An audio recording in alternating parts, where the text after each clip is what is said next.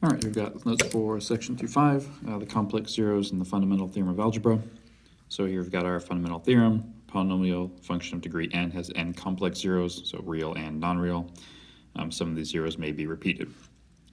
Second one, if f of x is a polynomial function of degree n more than 0, then f of x has precisely n linear factors given by blah, blah, blah, where a is the leading coefficient of f of x and z1, z2, all the way up to cn are the complex zeros of f of x. The zi are not necessarily distinct numbers, some may be repeated, which means that you can have x minus 3 appear twice if 3 is a repeated zero. So fundamental polynomial connections. So x equals k is a solution or root of the equation f of x equals 0. K is called a zero of the function. X minus k is then a factor, which we've kind of talked about this stuff before. So let's turn the page over here and look at example 1. So example 1 says write the polynomial in standard form and identify the zeros of the function and the x-intercepts. So we'll actually start with the zeros. So the zeros are the things that make the parentheses equal to 0. So there's a 0 at 2i, and there's a 0 at negative 2i. Now, since both of these have the imaginary number I in it, there are no x-intercepts, because these are not real numbers. And the zeros are where it crosses the x-axis. Now, to write the polynomial function in standard form, this is a FOIL. So firsts, x times x is x squared. Outsides, 2ix. Insides, negative 2ix. And lasts, negative 4i squared. So combine like terms, those two go away. So x squared minus 4 is squared. Now the thing is, I squared is equal to negative 1. So this is actually negative 4 times negative 1. So this is x squared plus 4. So down here, our zeros are x equals 5. That makes that 0. X equals positive root 2i. That's what makes that 0. Or x equals negative root 2i. That's what makes that one 0. Now be careful. I normally prefer personally to write the I in front of the root, just because it makes it more obvious that the I is no longer underneath the root. The root 2, though, is the coefficient, which is why you see it written in front of the I. All right, so now to write there is one x-intercept. That guy's the only x-intercept. It's the only real number in that list. It doesn't contain an I. All right, so now to work this out, I have 3 sets of parentheses. Now when you do a FOIL, you can only do 2 at a time, or distribute. However, you want to pair off the i's first, because that'll make them go away. Otherwise, you're carrying around i's and square roots a whole bunch of times. So I'm going to leave this x minus 5 guy alone for now. So firsts, x squared. And then I'm going to have positive root 2 ix, that's the outsides. Negative root 2 ix, that's the insides. And then negative, so root 2 times root 2, the roots, that's the same thing as that's the same thing as root 2 squared, which cancels out the root. So it'd become this, close parenthesis. So collect your like terms. I'm going to do a couple things at once. So those guys cancel, opposite sign. The I squared is negative 1, so it makes this plus 2. So now I have to FOIL again. X times x is x cubed. X times 2 is 2x. Negative 5 times x squared is negative 5x squared. Negative 5 times 2 is negative 10. Now, written in standard form means descending powers of x. So I need to reorder my terms. All right, so down here, our zeros are 3 repeats, I, and negative I. That's the only x-intercept, because it's the only real number. Now this one, since I have 4 sets of parentheses, I'm going to do 2 FOILs at once. I'm going to FOIL these 2 guys together, and these two. These 2 have to go together because they have the i's. So for the first set, x times x is x squared, x times negative 3, negative 3x, another negative 3x, and then a positive 9. For this one, x squared plus ix minus I squared. So in the middle here, this one is x squared minus 6x plus 9. I'm going to do my like terms. This one is x squared. Those guys cancel. So negative I squared, that's negative 1i squared. But the I squared flips the sign, making it positive 1. Now I have to distribute again. This is no longer technically a FOIL. FOIL is only a 2 by 2. This is now just distributing. So x squared times x squared is x to the 4th. X squared times 1 is x squared. negative 6x times x squared, negative 6x cubed, negative 6x times 1, negative 6x, 9 times x squared, 9x squared, 9 times 1, 9. So then I don't have any like terms, but I do. The x squareds are like. But still in descending order, x to the fourth minus 6x cubed. Then my x squareds, 10x squareds, that's that guy and that guy. And then the regular x's, and then the 9.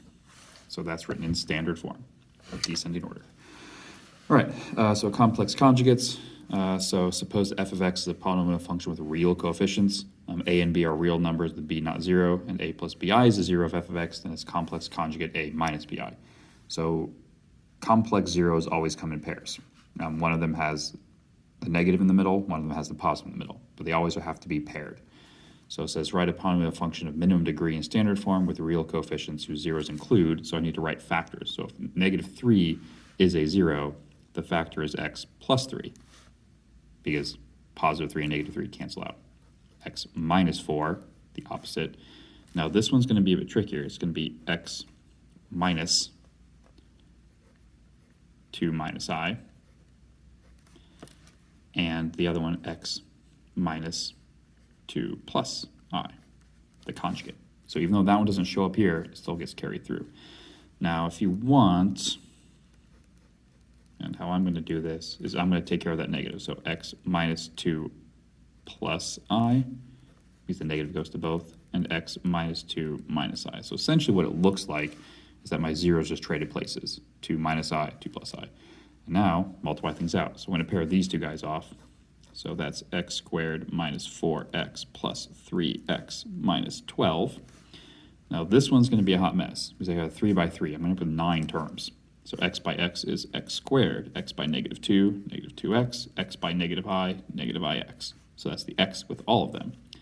Now I move to the negative 2 with x, negative 2x, negative 2 with negative 2, positive 4, negative 2 with negative I, positive 2i. I with all of them. So plus ix minus 2i minus I squared. So this one simplifies as x squared plus, minus x minus 12. This one got a whole lot going on. So x squared. So there's a negative 2x, and there's another negative 2x. So negative 4x. So it takes care of those guys. Negative ix, positive ix, so those cancel. There's a 4 there. Now be careful because I need to take that guy. That's actually positive 1. So plus 5 takes care of that guy, and then those cancel. So the reason you do the i's together is that all of your i's should go away. You should always have an opposite. So now I've got another 3 by 3, so I multiply again. So x to the fourth minus 4x cubed plus 5x squared. That's the x squared with all of them. Now I go to the negative x. So that's going to be negative x cubed plus 4x squared minus 5x. Now the negative 12. Negative 12x squared plus 48x minus 60. If you notice what I did, since I have all 3 terms both times, I actually kind of stacked them because that makes doing like terms easier. X to the fourth minus 5x cubed. That's minus 3x squared plus 43x minus 60. So this polynomial has these 3 zeros, including the 1 extra that wasn't given to us in the problem. All right, example 3, write a polynomial function of minimum degree in standard form with real zeros, all of this stuff. So even though it only looks like there's 3, there's actually 5 zeros total because this one and its opposite, its conjugate, this one and its conjugate. So we're going to have x minus 1 plus 2i, x minus 1 minus 2i, x minus 1 minus I, x minus 1 plus I. So those are my terms. So I need to do these 2 guys together first, and then take the x minus 1 through everything. So pair them off, because these 2 are the partners. So these 2 multiply together, these 2 multiply together. So that's going to be x squared minus x. Now if you want to be I'm going to be lazy on this problem. X and this, the negative 2ix, they're not going to matter because everything that has an I in it goes away. So I'm going to skip that term. So negative 1 times x is negative x. Negative 1 times negative 1 is positive 1. Negative 1 times that has an I, it's going to go away. This last term, that's going to go away. That's going to go away. I do need to do the last one because the I squared is going to cancel out. So this positive 2i and negative 2i, that would be negative 4i squared. That becomes a positive 4 because the I squared flips the sign. So here I can do the similar thing. X by x is x squared. X by negative 1 is negative x. X by I doesn't matter. Negative 1 by x is negative x. Negative 1 by negative 1 is positive 1. Negative 1 by I doesn't matter. Negative I by x doesn't matter. Negative I by negative 1 doesn't matter. Negative I by negative I, or positive I is negative I squared, which becomes positive 1. So, like terms, x squared minus 2x plus 5, x squared minus 2x plus 2. Now I just need to complete all of the multiplication. So we'll leave the x minus 1 for last. So this is going to be x to the 4th minus 2x cubed minus plus 2x squared.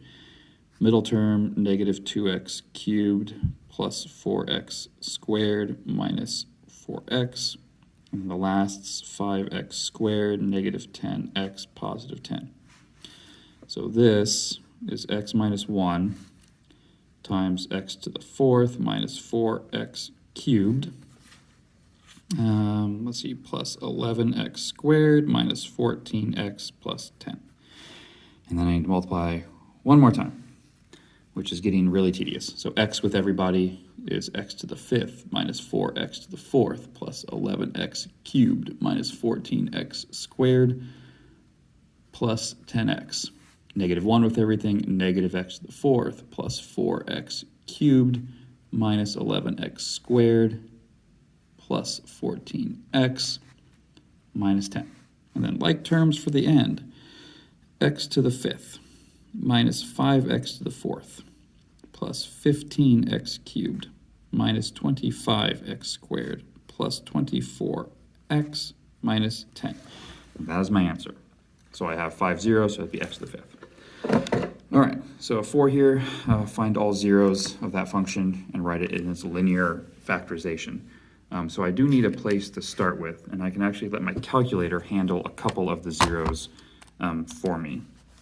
So let's go to menu, graph, x to the 5th minus 3x to the 4th minus 5x cubed plus 5x squared minus 6x plus 8.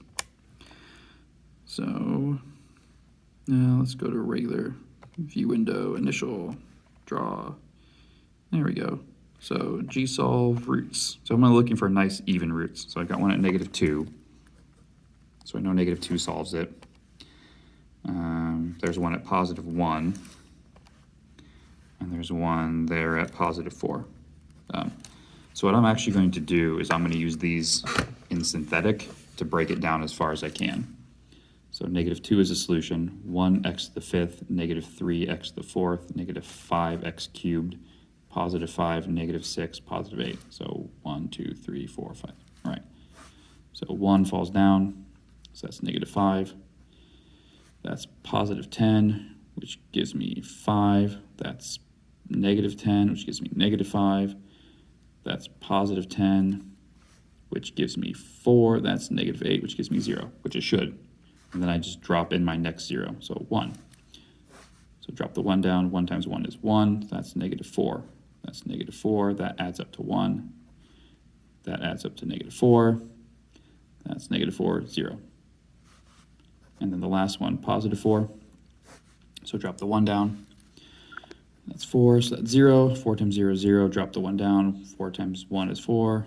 Okay, so this original equation was x to the 5th, which means this one's x to the 4th, which means this one's x cubed, which means this is x squared. So this last thing is x squared plus 1.